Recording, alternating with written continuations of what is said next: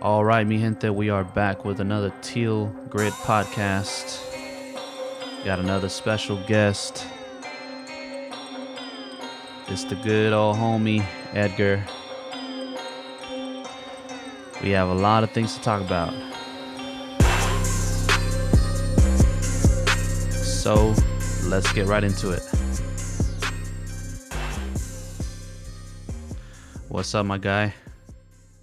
What's going on? How you doing, DJ Lad? Hey, man.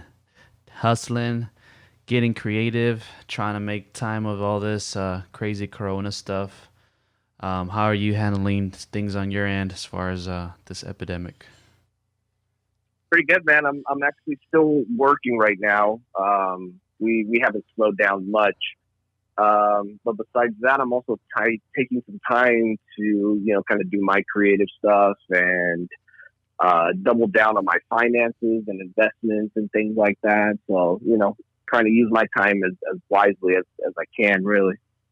That's dope. So what do you do when you said you're still busy and all that? So right now, I basically am a supervisor for a school district here on the east side of San Jose in the maintenance and custodial department. So us, basically, with the kids being gone, we've been trying to take the time to clean and disinfect for the foremost. But besides that, we've been trying to do a couple other little projects that we can't really tackle when the kids are in school.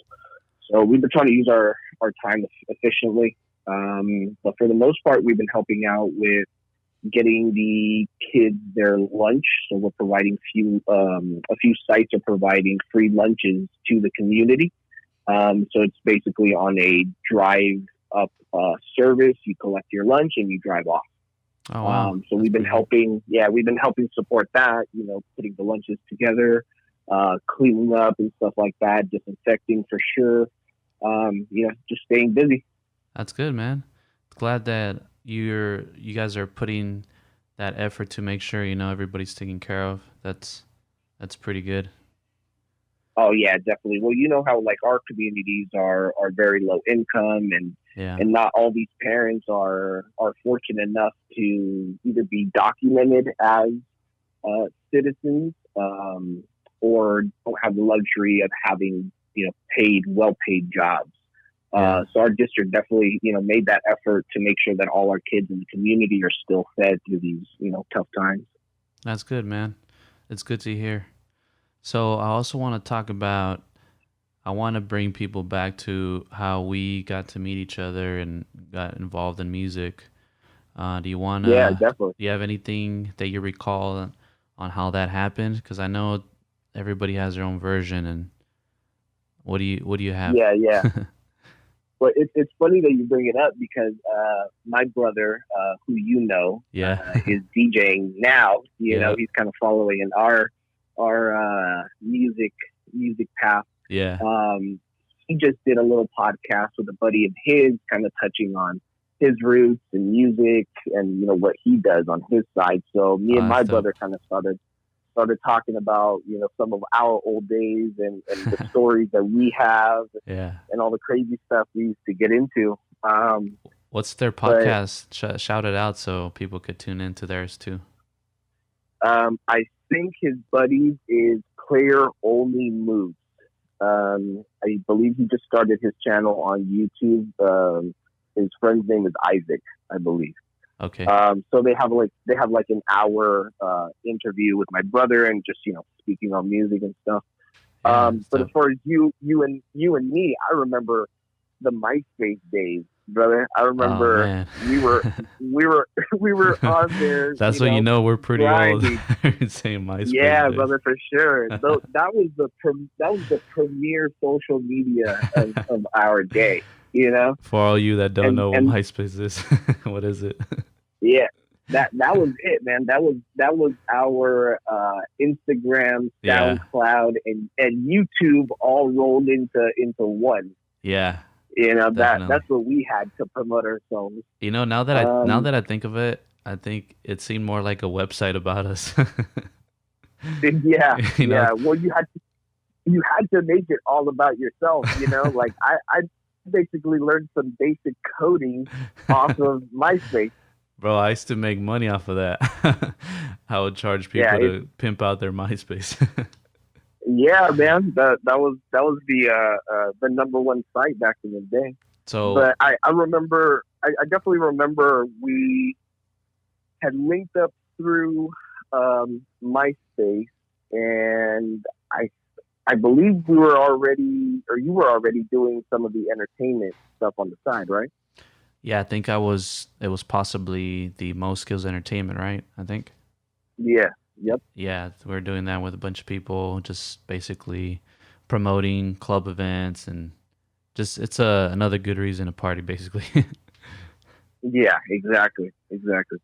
So then you came in as someone that wanted to promote. Was that the thing? I can't remember. Yeah. I think at the time I was maybe into about my second year of me like doing music and stuff. Hmm. And then we linked up, and I saw you. You know, you were on the DJ side with some of the graphics and stuff. I Yeah, remember Nelson was more of like the management of the team, and then we yeah, had everybody else that was on the promotion side. yeah, So I remember coming in on the promotion side, and then we were doing our music between ourselves. yeah, Kind of in the background and stuff. yeah. And I remember we collaborated a few times, and it Yeah. was dope. I mean, it was a good time. We did a lot of things, a lot of performances and collaborations, a lot of good times in the studio, you know. Oh hell yeah, man! We had some very late nights and early mornings, man. It was What good. It was what great memory. what's something you miss about that time, about making music and all that? I think the biggest thing that I think it's two different things. First, I think it's being having the ability to have people hear the art that you're making, Mm, right? Like having it spread into other people what you're trying to convey, like the art that you're trying to make, the yeah, things that you have to say, right? yeah, But the other part that I definitely miss is the other side of like performing and being out at the clubs. And then like I remember we would do our promos and our performances at the clubs, and then we would come back and have our own after party just with our team, oh like yeah, hell back yeah, at Nelson's garage and shit, and yeah, till four or five in the morning. yeah, yeah. Those are great memories for sure. Oh man, there's so many good memories. Oh man, it's crazy just thinking about it. But yeah, I think it is. It's a really special thing, right, to make your own music. I mean, think about it. Who gets to make their own music, in their lifetime, even if they wanted to and don't pursue it. I think it's a dope thing to at least give it a try. If it's in your mind, you want to do it. I mean, give it a shot. Who knows what could come out of that. But if you really love it, Yeah, like we did, we did it for the passion. I mean, of course, we had those aspirations of maybe this could go somewhere, but it was really because we loved it. We loved the scene. We loved getting to know people. We just loved the whole thing about it, yeah, and the party scene and all that. It was fun. yeah, definitely. Everything that came with it was like a movie. Yeah, And we play it back now in our memories, and it was like it seems like it's another world, yeah, that I'm living in comparison to today. Like I haven't been doing music for, I want to say, maybe close to 8 years or 10, a decade, almost a decade now.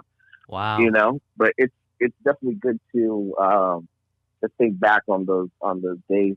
And like you mentioned, like a lot of people might have that want yeah, to make their own music, but they never actually go through with it. yeah, Where on our hand we can go back and say, like we did it, we tried it, yeah, and this is what we were doing, this is what we accomplished, and these are the memories that we got from it.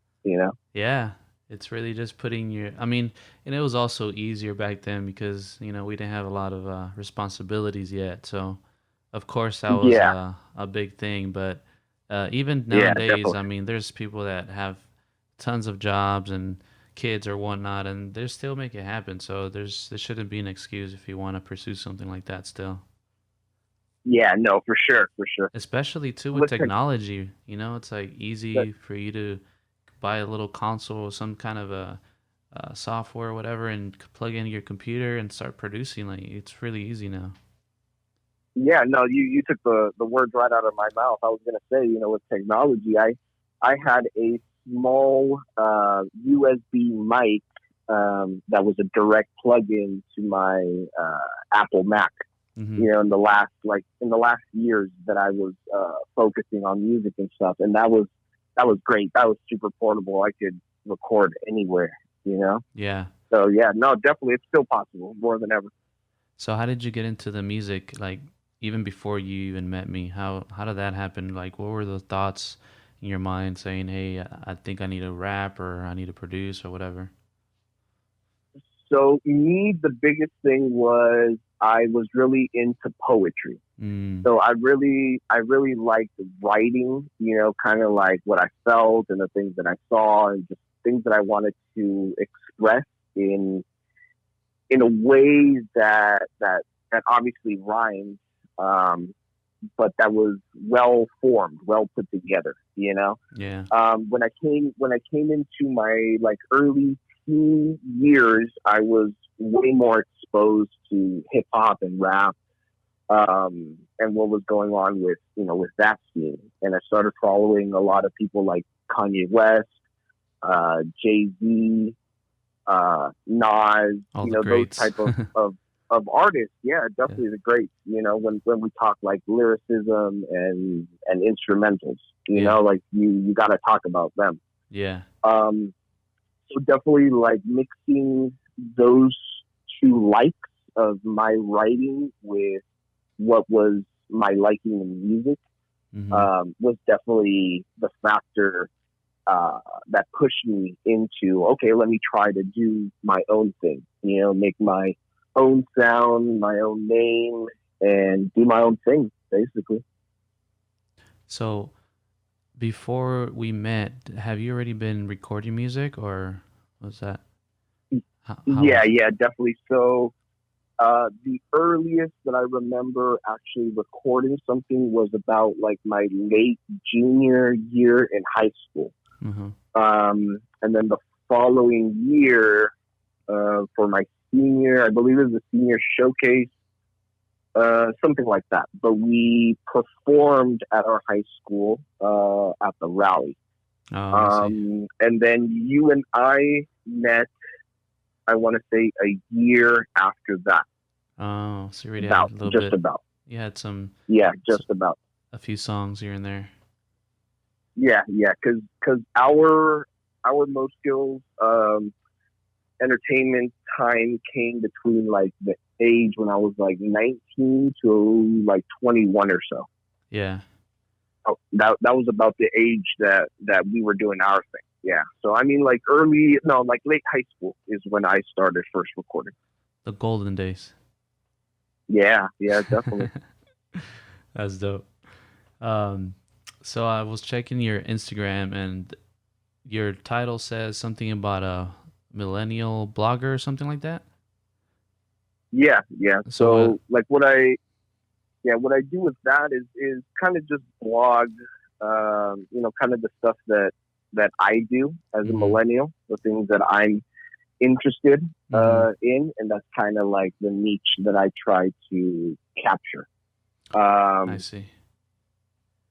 Yeah, I for some reason I had some kind of thoughts that you had begun a not podcast, a blog site, and therefore blog on oh, that okay. site. That's what I was thinking.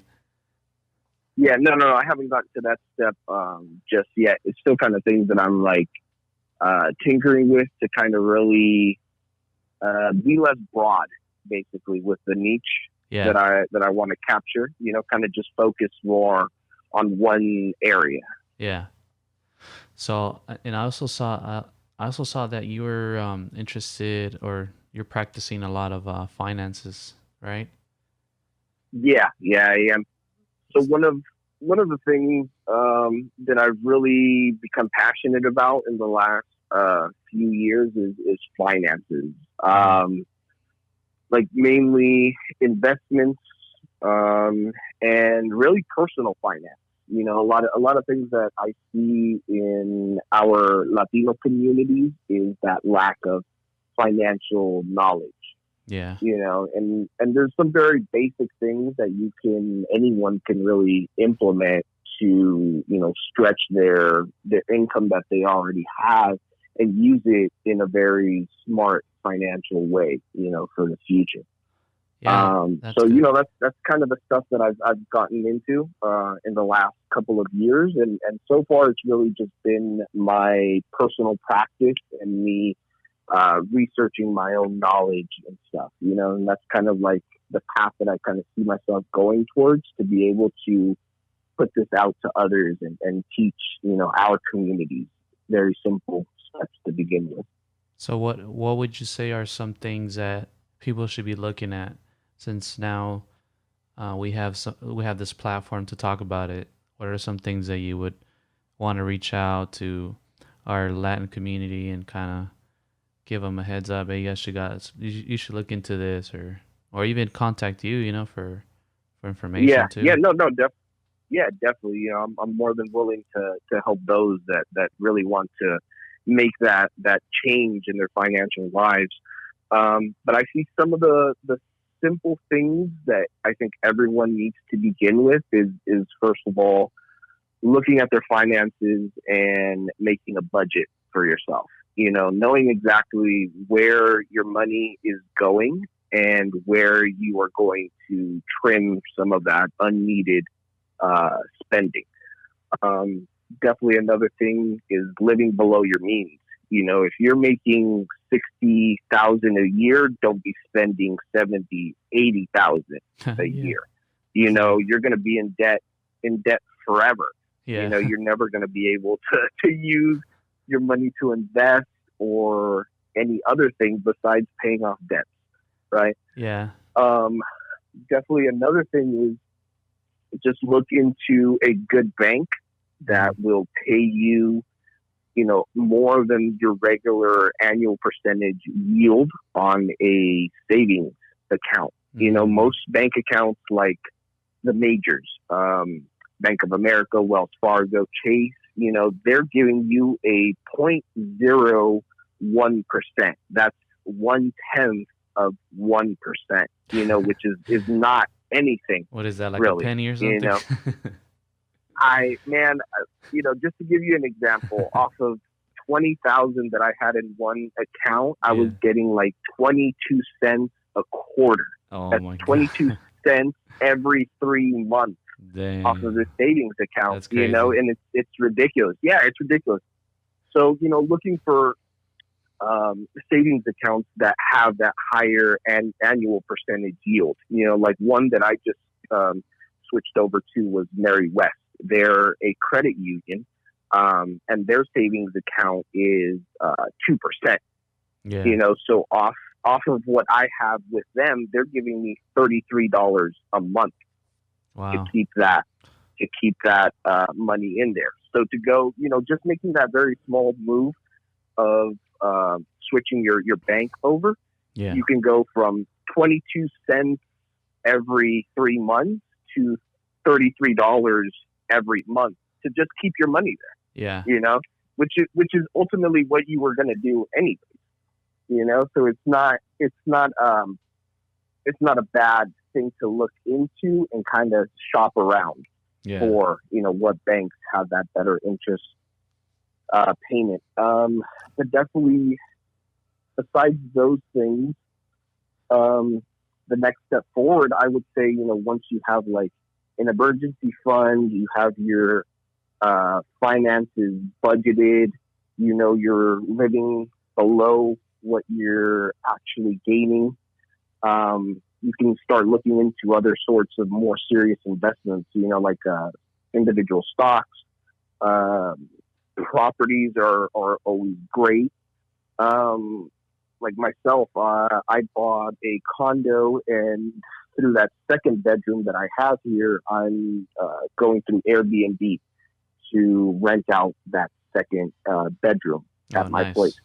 nice. Yeah. So it's like making those investments and being able to manage them in a way that the investments are going to make you money. So, You know, so for people that are um, interested in like what you're doing with the Airbnb, what would you say is the initial investment look like to do that?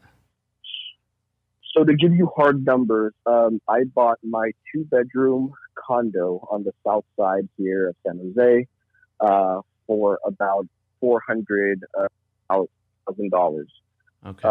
My down payment was about 20 grand, and closing costs came out to about another 7 grand. Okay. To get the actual Airbnb started, I remodeled the flooring throughout the entire condo. I repainted. I added, some ceiling fans. I did a couple of upgrades, basically. For the bedroom itself, I just went and bought a basic bed. I got a little mini fridge. I put a TV in there, hooked it up with some streaming platforms with my accounts so people can, watch their shows and stuff. Yeah. And then just decorate it, you know. That's cool. For the most part, I want to say the investment into the room with the flooring done, I want to say it was about under 35 grand, 3,500. That's good Under because 35. eventually that's gonna pay for itself, you know? Yeah, no, definitely. And in the first year, it Yeah. paid for itself. And if you want to be more specific, probably the first month and a half Wow. paid itself. That's real Yeah, fast. definitely. Yeah, no, definitely. And I mean, it's a great way to make a little bit extra income that I put towards the mortgage, yeah. and that bedroom is not being used. It's just me and my girlfriend living here, So so that second bedroom is open. so you're saying that you're renting out a bedroom inside of a condo, you said, or what was it? Yep. Hmm. Okay. Yep. Second bedroom. Okay. And then eventually, I'm sure you probably have dreams, right, of owning various condos and houses and rent them all out, maybe. Yeah, no, definitely. So what I want to do right now, I'm looking at some properties, and I thinking of maybe going out of state, maybe Las Vegas, maybe Portland. Here in the Bay Area, everything is just so damn expensive. Yeah. Um, I don't think I would want to stick to just being here in this area. Yeah. I was That's a couple things. I was thinking about that too. I was I had an idea similar to that where I would probably purchase a house for per se Arizona where my tia lives. Like Hmm. how smart of an investment you think that would be if I'm buying like a house and then renting it out there? So if your plan is to buy it as an investment to rent out, Yeah. you want to do some calculations on if it's going to cash flow. So cash flow meaning that at the end of the month you are going to be having some positive money coming in Mm. after your expenses, right? Yeah. So let's say you buy this place for 400,000. Your mortgage payment comes out to 25, but Yeah. you can charge 2,600 for the rent every month. Then you're cash flowing $100 I see. every month, right? Basically your So you profits. gotta exactly.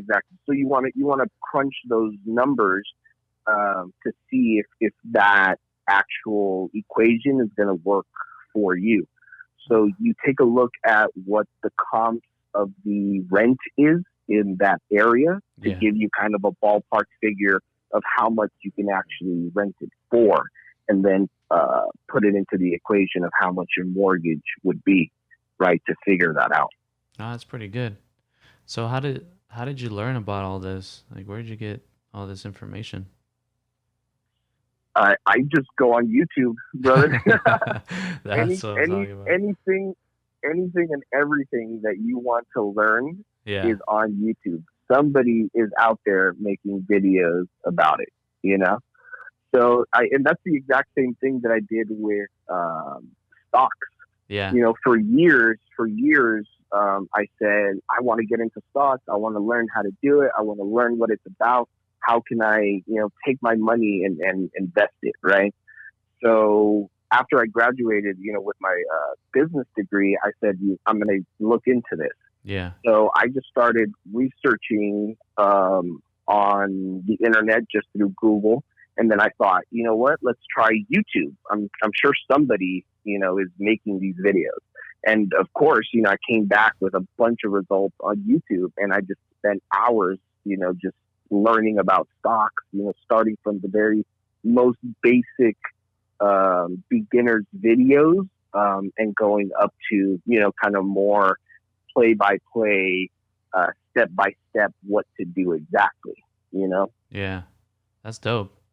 Yeah, for anybody that wants to start in stocks, like nuestra raza, pues, what would you say are the most basic things that you need to get started with that? Because I know that a lot of people are probably interested in doing that, even so more now, right? Because the stocks are Yeah. low and all that. I assume I'm not a stocks expert, so I'm guessing that Yeah. it's the best time maybe to buy. Like, what can you tell people something about that? Yeah.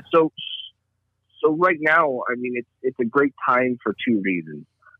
One, the internet. You have a couple of different apps that will bring all that information right to your phone.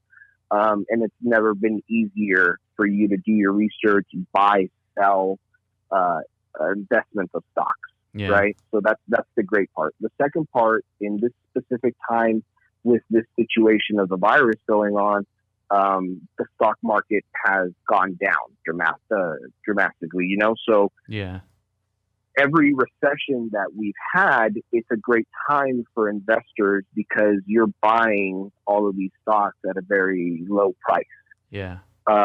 And these are very, for the most part, are very big companies that they're not going to be, wiped out overnight because of this situation. Yeah. At some point, they will recover and their stock price will go up. Mm. And obviously, if you look at the history of the stock market, there's been various times where the economy has been very bad and the stock market reflects that exact situation. Yeah. But regardless, over that period of time, everything has continued to rise in stock prices. So there's always been a point where the market does return. There has never been a time where the market just ceases to be and everything is gone out the window, never to return. So with this time frame, it's definitely good for people to get started.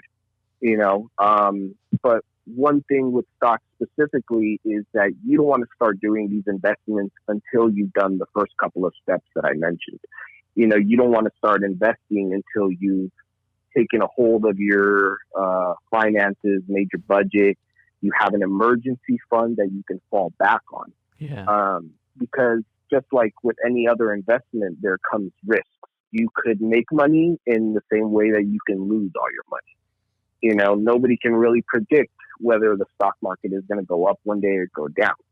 Yeah. So you want to make sure that whatever money you do use for stock investments, that you have the luxury, you can say, of losing the money and not worrying about how am I going to pay my bills this month.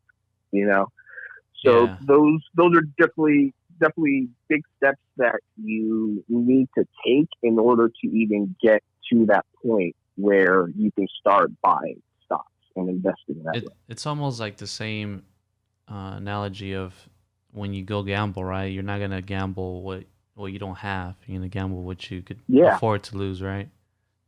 yeah, definitely. Because the stock market, in some sense, is sort of like a gamble. Yeah. Like I said, nobody can predict whether it's going to go up or down. Just like Um, COVID-19, no one knew that this was going to be such a big deal, right? yeah, nobody saw it coming, and obviously with what's going on, the stock market has gone down. Like me personally, myself, I lost 3,500 in the stocks that I had invested. So Hmm. pretty much everything that I had gained in the last 2 years of investing was wiped away in like a month. Wow. Yeah. Yesterday that I looked at my portfolio, I'm back up again to 1,500 uh, in gains. So how Um, does that but work? Like, does of course you lost all that money, but doesn't that mean that you're probably going to make more since you're starting from the very bottom, or how does that work? n- no, because what you do is when you buy at a price, Hmm. you've now positioned yourself at that price. Okay. So your portfolio analytics, your percentages are going to be based off of your entry point or your entry position, right? Okay. So if you bought in one stock at $100 and it dropped down to $50 a share, now you're at a 50% loss, I see. right? So it works that way. Um, but for sure, not every stock is going to be a great stock Yeah. that you're going to make money off of. So again, you definitely have to make sure that you can lose that money. You're willing to take that risk, and Yeah. you'll be okay. But also, the research that comes behind every company, knowing that the company that you are investing your money into is a solid company Yeah. that has their stuff in order. You know, When would you say is a time that you should take it out? Like, is there some kind of red flag that you're like, oh, I should definitely remove it from this company or something?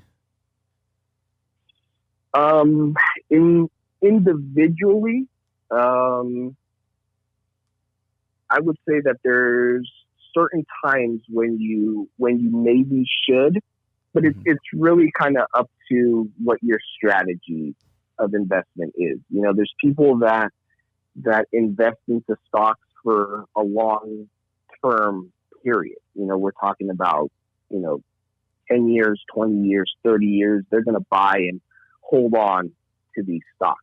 Yeah. Where there's other people that are called day traders, and they buy the stock and then they sell it at the end of the same day. Wow.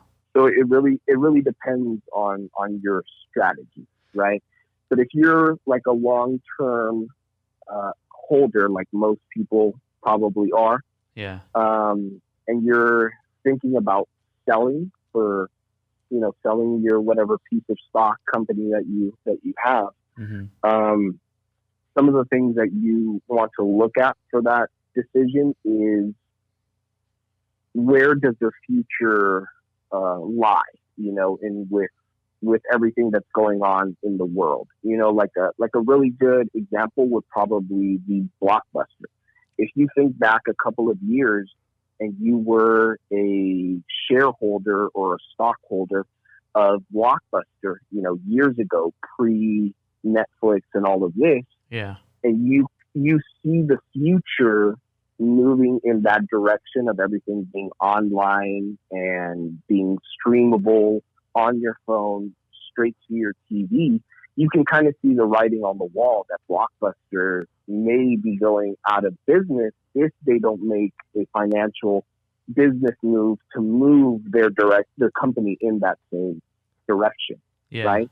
Which is ultimately what killed Blockbuster. They're now gone because they didn't want to change with the times, Yeah. right? So that's definitely like a really good telltale sign of when to pull out of a company. Where does their future lay? Are they moving with the times, or are they going to resist to the point where they pretty much bust and they go bankrupt? Wow. So that's definitely that's definitely a good way to tell. How much value is this company going to bring in the future? And I think a really good way to tell if a company is going to do well in the future is if they're kind of like they're leading the path in that direction Yeah. instead of following, where the future is going. They're leading into that future. Like Interesting. a lot of people say, like Apple, Amazon, eBay, when those companies first came out, a lot of people didn't really know like where is this going to go, but they invested into those stocks anyways, Yeah. right?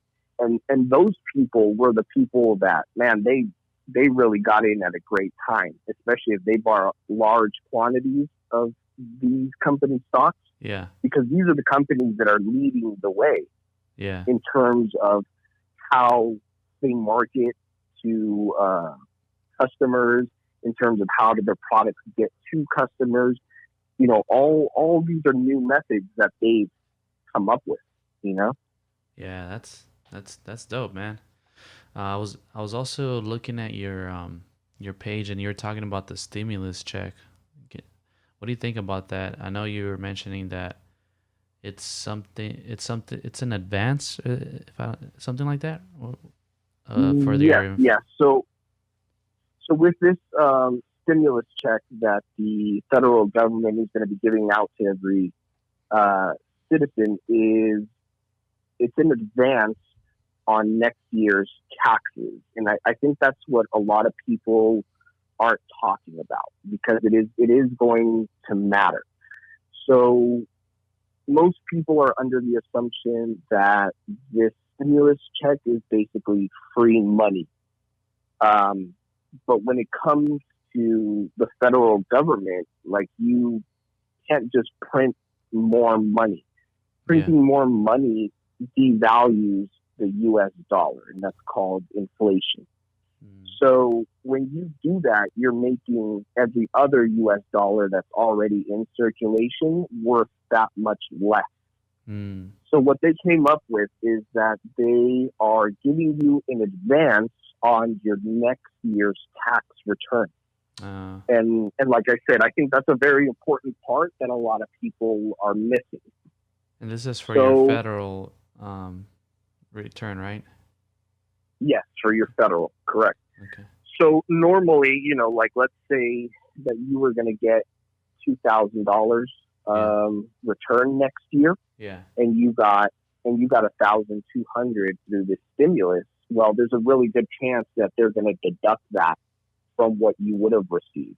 So you would really be getting back $800 in that What exchange, what if some right? people what if some people are not even getting back uh, the 800 or whatever? Like, if they're getting, what if they're filing and they're not even making or getting back that 1,200? What are they still getting 1,200? Yeah. Oh, Yeah, see, and that's the thing. If you get the 1,200 right now, and then next year, typically you wouldn't get anything back. you I owe feel them? like you owe them that uh, 1,200 now. wow. Yeah. Regardless, I feel like it's going to be taken into account some way or another, because it is in advance on your tax credit. Wow. So my biggest advice for people is to use that money in a smart way. Yeah. If you're in the situation where you've lost your job right now, and you're in that tough situation, use that money to pay your bills, have food on the table. Obviously, that's first and foremost. Yeah. Uh, but have those important bills like your water, electricity, rent, food. Have all those things paid for and covered, by this check, if that's where you're needing it. Definitely don't go and spend on a new Gucci bag, or get yourself a new belt or a new wardrobe.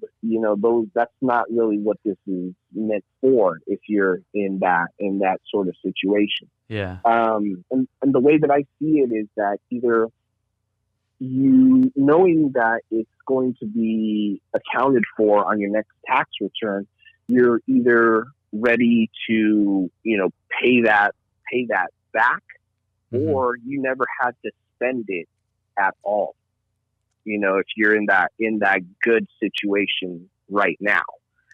But definitely, I feel like it's still going to be taken into account. That's what a lot of people are don't know. Maybe they, didn't read into that part. But it's going to affect your taxes for the next year.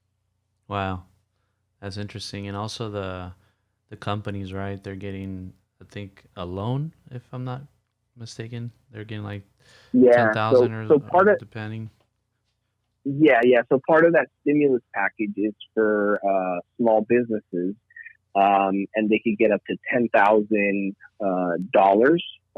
Some will be a loan, Mm-hmm. and if you can show that at least 75% of that money was put into your payroll to keep your employees, most of that money is pretty much a grant, so Yeah, you wouldn't have to pay it back. I see.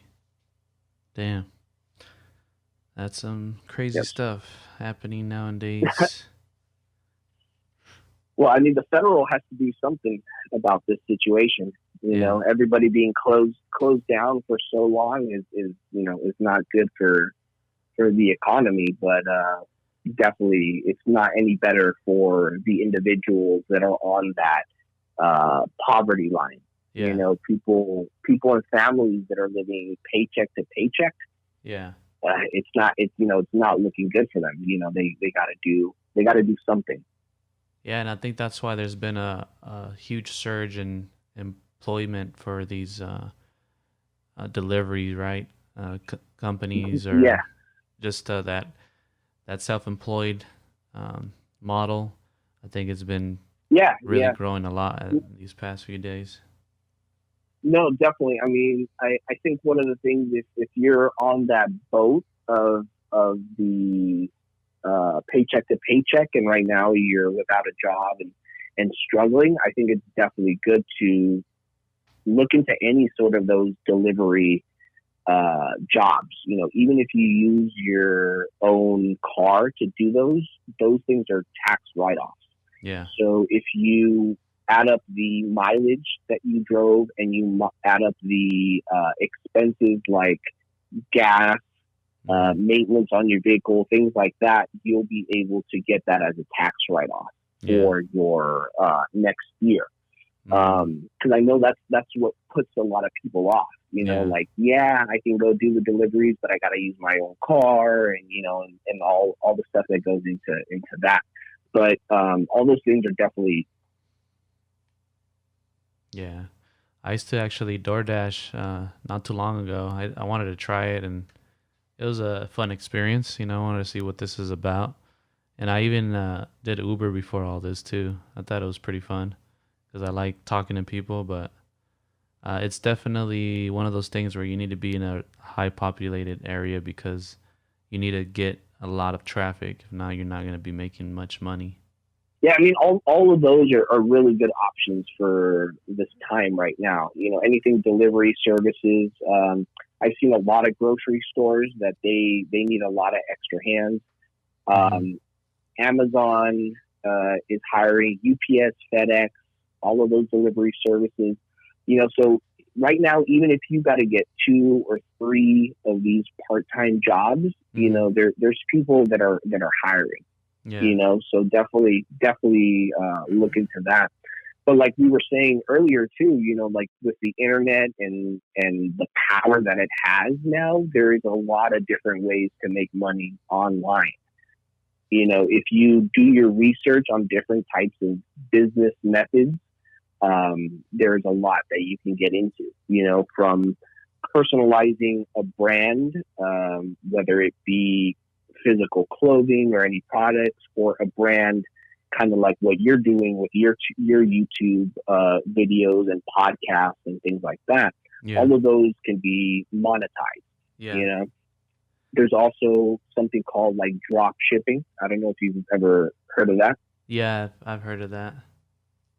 Yeah, so for the people that don't know, drop shipping is basically you open an online website or an online shop, and you take products, let's say, some earbuds or headphones for $5, and then you flip them, let's say 10, $15 on your website, Mm-hmm. which is not any other different than what any other physical store does already, because physical stores get their products at a much lower cost than what they're selling it to their customers for. That's business. That's how they make money. It's a markup Yeah. on their services, right? So Mm-hmm. you can do the exact same thing online through a method called drop shipping. So there's tons of different ways to do it. And the good thing that with this quarantine, you now have the time to research this and set it up and just give it a try. There's a lot of different ways to monetize and get some work done. Yeah, I feel like there's gonna be no reasons for anybody to come out of this and not have learned something or did something with their time that's valuable.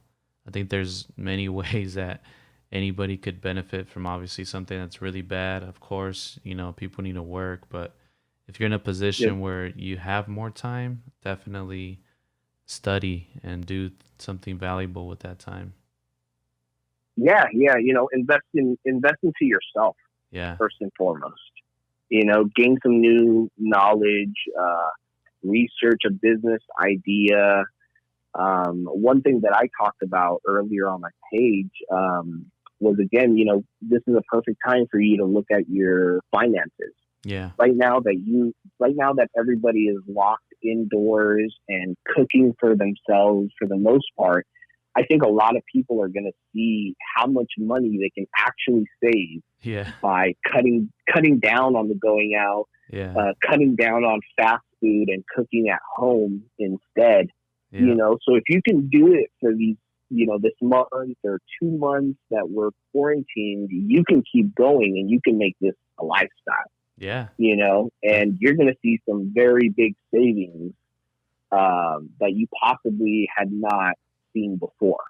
Yeah, that's pretty awesome that in a way it's kind of making us rethink everything, right? Just from the ground up, like how to be more Yeah, careful with money and also I'm sure how to talk to your family more, maybe bond a little more, and it's just bringing everything together to, I don't know, it's kind of like a reset, I guess, in a way. yeah, no, definitely. I kind of see that as a silver lining of the situation too. Mhm. It's kind of forcing people to maybe face things that they didn't want to, because everybody was just so busy with their lives and their day to day routine that now that it's stopped, Yeah. you're kind of forced to take a look at these things, right, Yeah. and do something about them. I So I mean that's the good part. I kind of like it though because I mean, not that I love it, but there's a situation with me and my girl where the food was running low, and I kept telling her, let's make sure we're like absolutely almost close to like being no food because we have a lot of food in the Yeah, pantry, but I was like, you yeah. know I what? mean, Let's same as yeah. me. You don't use it all though, right? You don't Yeah. cook everything. Yeah, You yeah, got to yeah. admit. But I kept telling her like we need to get creative. Let's use this Yeah, moment to like, just experiment and see what we come up with, and sure enough there's a lot of dishes that came out really good, from what we had, and we yeah, didn't even think to use those type of ingredients. yeah. No, I mean that's a great way uh, to bond, with your partner. Yeah. Getting in the kitchen and making yourself, some food and just experimenting with things, and that's actually what me and my girlfriend have done, since she's moved in. I've always cooked for myself. I'm kind of into like the healthy stuff, and I Yeah. and I meal prep, and I do all of that. Yeah. And with her moving in, she also likes to cook. So we bought some cookbooks, Hmm. and we mix and match recipes and we try new things, and we're always cooking. So for us, this whole quarantine thing hasn't really changed much of the food part. Yeah. Like we're still, going, getting our regular groceries. We're still making our regular meals and things that we put together. We've tried new recipes. Now that we have some more time to dedicate to it, Yeah. we've tried some new things. So I mean, there's a lot, there. There's the savings part of you cooking your own food. There's the nutrition part, because the ingredients that are going into your food, Yeah. right? Uh-huh. And then definitely the other part of especially if you have a partner that's cooking with you, that bonding. Yeah. Being able to learn some new things together, have fun in the making of it, and then sitting down and enjoying the meal that you prepared together. So there's a lot that goes into that, which, like you said, is a good upside to what's going on. So I do have to ask, since we are spending a lot of time with our partners, how are you guys holding up? How we open up? How are you guys holding up? Because Oh, it how we hold it because up? you guys are Okay, that's definitely spending a lot more time than you guys are used to, I'm sure, right? yeah, definitely. You know what, the sad part about the situation is that I've heard that applications for divorce has gone up in this Really? situation. Yeah, man, and that's definitely not good. But I can Huh. also see certain situations where it could lead to that. How You know, so? well, I mean, if you've already had issues, with your partner, prior to this, Yeah. and you can't communicate those issues and work them out, Mm-hmm. you being stuck in the same house together isn't going to change that. I see. The only way that you're going to change those things is through communication, being able to understand each other when you communicate, putting yourself in the other person's shoes, and then definitely compromising. It's like, Yeah. okay, I understand how you feel. I can see how you feel that way. How can we make this better? I'm willing to do this. You're willing to do that, and you kind of come to an accord. Yeah. You come to an agreement. Um, so to answer your question, I mean, that's how we're holding up. Like thankfully, we've always had a really good communication. Anytime we have issues, we'll sit down and talk about them. Sometimes not initially when it happens. Yeah. We sometimes, need some time to ourselves to think, or if you're angry, kind of step away from the situation, kind of get yourself together, calm down. But thankfully, we always do come together after at some point and be able to just talk about, like how you feel, what's going on.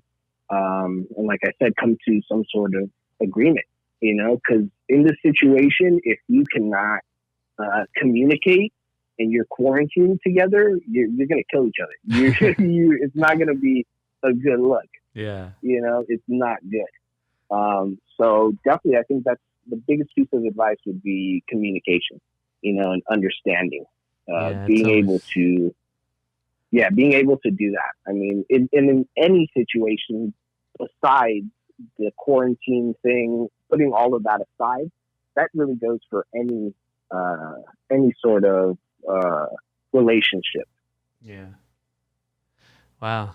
Look, I bet our moms would be really proud of us, huh? Being adults now, Right? I know. responsible adults. How's the family, by Yeah, the way? exactly. They're all good, man. My mom and her boyfriend also work for my school district, so we've all been working. Oh, it's cool. My brother, like I told you, he's still doing his thing. He's doing his DJ stuff, and he's getting some stuff done with that. And thankfully everybody is healthy. Everyone's safe and healthy during this time. That's good, man. Any kids coming soon? No, not at the time, man. We've actually opted not right now. Oh, okay. get our finances and everything straight. You hit the no in the little box, right? Yep, exactly. And No. and again, like being able to communicate that, Yeah. being straightforward, honest, being able to communicate that, that accomplishes a lot. Wow. That's dope. Well, I think we covered a lot of interesting stuff. I don't know if there's something else you want to throw in there that's on your mind before we wrap it up. Yeah. You guys can check out my page on Instagram at SJ_culture. You can also check out my brother's page, Cardo the DJ, on Instagram. He has been DJing a lot right now at Club Aura, some reggaeton nights, some hip hop nights. He has a lot of SoundCloud mixes, really good mixes. My favorite one is probably a Travis Scott one that he did, very dope. And he's got a lot more things coming. We're trying to work together to maybe put an event together after all this craziness is over and done with. So I'll keep you updated on that too. Yeah, he has a future, man. I could see his commitment when I met him. He's really, really hungry for greatness. So just definitely. I'm just trying to push him a little bit more on the business side. Oh yeah. He has a good coach. Yeah. That's the side that I gotta mentor him a little bit more on. Yeah. But as far as the ear for music and the passion for the music, it's definitely there. We just gotta get him paid. You feel me? Yeah. I mean, that's another topic on its own, right? The whole artist business side of everything. Oh yeah. You gotta get that one on lock. We'll definitely talk about that on a different episode. But I want to thank all the listeners for tuning in. Please feel free to comment, like, share, and you can follow your boy at DJ Live 408. This was the Teal Grid with Edgar, aka we used to call him All Star. Awesome. Thank you guys. Appreciate it, DJ Live. Thank you, Edgar.